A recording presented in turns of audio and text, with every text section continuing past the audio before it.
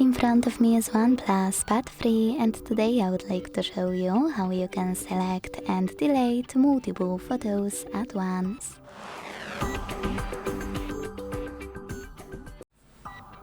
Begin by opening Photos app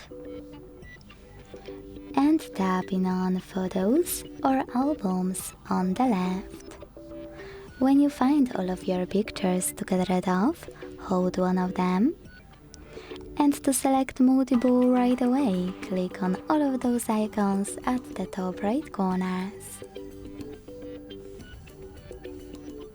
of each section.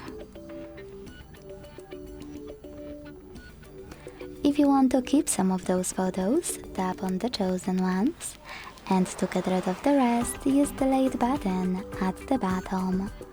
Then confirm your choice in the pop-up. As you can see, after a couple of seconds, all of my pictures were successfully deleted. Thanks so much for watching. If you enjoyed this video, leave a like, comment and subscribe. Bye!